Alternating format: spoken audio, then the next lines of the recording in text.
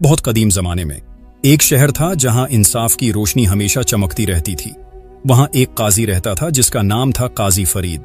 वो अपनी जहानत, चालाकी और हिकमत के लिए मशहूर था। लोग उसे इंसाफ का शेर कहते थे क्योंकि वो जुल्म को जड़ से उखाड़ फेंकता और मजलूमों को उनका हक दिलवाता। इसकी अदालत में कोई झूठ छिप नहीं सकता था और उसकी आंखें दिल की गहराइयों तक देखती थी। एक दिन 3 ऐसी पेचीदा मुकद्दिमात इसके सामने आए जो इंसानी फितरत की तारीक गहराइयों को छूते थे। ये मुकद्दिमात ऐसे थे कि सुनकर अकल दंग रह जाती और दिल कांप उठता। आइए इन मुकद्दिमात की दास्तान सुनाते हैं जो अब तक लोगों की जबानों पर है। शहर के एक मोहल्ले में 2 पड़ोसी रहते थे। एक का नाम था अहमद, जो दिल का साफ और नेक आदमी था।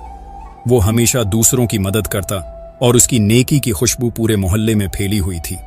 दूसरा पड़ोसी था करीम, जो मुकारी और धोखे का मास्टर था। वो हमेशा फायदा उठाने की तलाश में रहता और उसकी आंखों में लालच की चमक हमेशा झलकती। अहमद को करीम की हकीकत का इल्म नहीं था क्योंकि वो सबको अपना भाई समझता था। एक दिन करीम की हालत तंग हो गई। उसके घर में खाने का एक दाना भी न था। भूख ने उसे बेचैन कर दिया तो वो अहमद के घर गया और कर्ज मांगने का इरादा किया। अहमद उस वक्त घर पर न था। उसकी बीवी ने बताया कि वो काम पर गया है। करीम ने सोचा कि अहमद को काम की जगह पर जाकर मिले। रास्ते में वो अहमद से टकरा गया जो काम से वापस आ रहा था। करीम ने रोते हुए अपनी हालत बयान की और 1000 दरहम का कर्ज मांगा। अहमद का दिल नर्म हो गया। उसने फौरन वादा किया कि कल वो पैसे का बंदोबस्त करेगा। वहां करीब ही एक खजूर का दरख्त था। अहमद ने कहा, कल अल्लाह के हुक्म से मैं 1000 दरहम लेकर इसी दरख्त के पास तुम्हारा इंतजार करूंगा। अगले दिन करीम दरख्त के पास पहुंचा तो अहमद पहले से मौजूद था। अहमद ने मेहनत से जमा किए हुए 1000 दरहम करीम को दे दिए। करीम ने कहा, 3 महीने बाद ये पैसे वापस कर दूंगा। अहमद ने कोई दस्तावीज न ली क्योंकि वो एतमाद करता था। 3 महीने गुजर गए। अहमद करीम के पास गया और पैसे मांगे। करीम ने इनकार कर दिया। मैंने तुमसे कुछ नहीं लिया, ये झूठ है। अहमद का दिल टूट गया। वो सोचने लगा, ये कैसा जमाना है जहां नेकी का बदला धोखा मिलता है। मायूस होकर वो काजी फरीद की अदालत में पहुंचा और सारी कहानी सुनाई। काजी फरीद ने अहमद की आंखों में सदाकत देखी। उसने एक मुहाफिज को हुक्म दिया कि करीम को लाया जाए। जब करीम आया, काजी ने पूछा, क्या तुमने अहमद से 1000 दिरहम लिए? करीम ने झूठ बोला, नहीं सईदी, मैंने कभी कर्ज नहीं लिया, ये मुझ पर इल्जाम है। काजी ने अहमद से पूछा, कोई गवाह या दस्तावीज है? अहमद ने नफी में सर हिलाया। काजी ने सोचा, फिर अहमद से कहा, अगर तुम सच्चे हो तो जाओ और इस जगह से मुट्ठी भर मिट्टी ले आओ जहां तुमने पैसे दिए थे। अहमद हैरान हुआ मगर हुक्म की तामील में चला गया। वक्त गुजरता गया, अहमद वापस न आया। काजी ने करीम की तरफ देखा और पूछा, तुम्हारा पड़ोसी देर कर रहा है, क्या तुम जानते हो क्यों? करीम बगैर सोचे बोल उठा, सईदी, वो जगह बहुत दूर है इसलिए देर हो रही होगी। काजी हंस पड़ा। अब साबित हो गया कि अहमद सच कह रहा है। अगर तुमने पैसे न लिए होते तो तुम्हें कैसे पता कि वो जगह दूर है? करीम कांप उठा। इसकी मुकारी बेनकाब हो गई। काजी ने हुक्म दिया कि करीम को कैद कर दिया जाए जब तक पैसे वापस न करे। अहमद का हक मिल गया और शहर में काजी की ज़िहानत की धूम मच गई। ये मुकदमा ऐसा था कि सुनकर लोगों की अक्ल हैरान रह जाती क्योंकि एक सादा चाल ने झूठ की दीवार गिरा दी। दोस्तों, दूसरा मुकदमा तो सुनकर आपकी अक्ल हैरान हो जाएगी।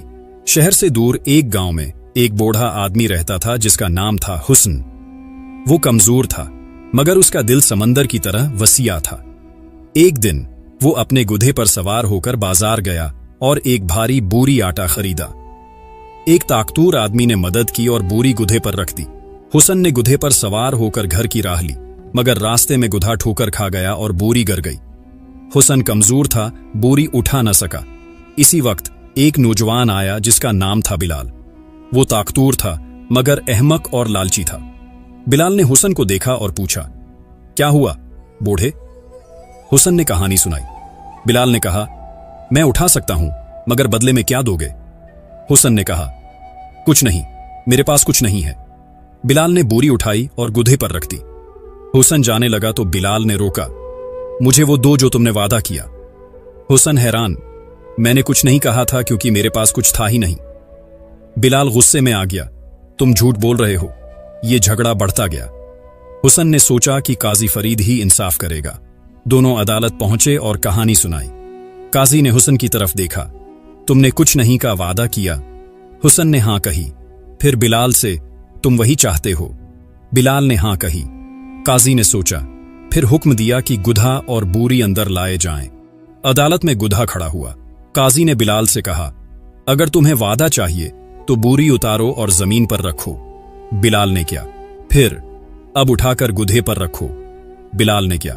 काजी ने पूछा, बूरी के नीचे क्या था जब तुमने उठाई? बिलाल ने कहा, कुछ नहीं। काजी हंसा, यही है तुम्हारा कुछ नहीं, ले लो और जाओ। बिलाल शर्मंदा हो गया और हुस्न को इंसाफ मिल गया। ये मुकद्दमा दिल को छू लेता है, क्योंकि एक अहमक की लालच को इसी की जबान से शिकस्त दी गई है। तीसरा मुकद्दमा आपने नहीं सुना तो कुछ भी नहीं सुना हुआ। कुछ यूं कि शहर में एक अमीर आदमी था जिसका नाम था उमर। उसके 3 बेटे थे, सबका नाम अली था। उमर की मौत से पहले उसने वसीयत लिखी, अली विरासत पाएगा, अली विरासत पाएगा, अली विरासत नहीं पाएगा। बेटों ने वसीयत पढ़ी तो हैरान रह गए। सबका नाम एक, तो कौन विरासत से महरूम? वो सोचते रहे कि बाप ने एक को क्यों महरूम किया। झगड़ा हुआ तो वो काजी फरीद के पास गए। काजी ने वसीयत देखी और सोचा। उसे शुबहा हुआ कि एक बेटा जाली है। काजी ने मुहाफिज को हुक्म दिया कि तीनों को बाहर भेजें और एक एक करके अंदर बुलाएं। पहला अली आया। काजी ने कहा, हमने सोचा कि तुम्हारे बाप को कब्र से निकालकर उंगलियों के निशान चेक करें, शायद वसीयत जाली हो। क्या तुम राजी हो? पहले अली ने गुस्से में इनकार किया, नहीं सईदी, मैं बाप की तौहीन नहीं देख सकता, मैं विरासत छोड़ दूंगा। दूसरा अली आया। उसने भी इनकार किया और विरासत छोड़ने को तैयार हुआ। तीसरे अली को बुलाया गया। काजी ने वही बात की। तीसरे अली ने कहा, अगर जरूरी है तो निकाले, जिंदा को मुर्दे से ज्यादा अहमियत है। काजी समझ गया कि यह जाली बेटा है, क्योंकि हकीकी बेटा कभी भी बाप की तौहीन न करता। काजी ने हुक्म दिया कि पहले 2 विरासत पाएंगे, तीसरे के लिए कुछ भी नहीं है। काजी फरीद की ये 3 कहानियां आज भी लोगों को सबक देती हैं। जुल्म की तारीकी में इंसाफ की रोशनी कैसे चमकती है और जहानत कैसे झूठ को बेनकाब करती है। शहर में अमन कायम रहा और लोग कहते, फरीद जैसा काजी मिले तो दुनिया जन्नत बन जाए। ये कहानियां सुनकर अक्ल हैरान और दिल कांप उठता है, क्योंकि इंसानी दिल की गहराइयों में छुपे राज ऐसे होते हैं जो दुनिया को बदल देते हैं।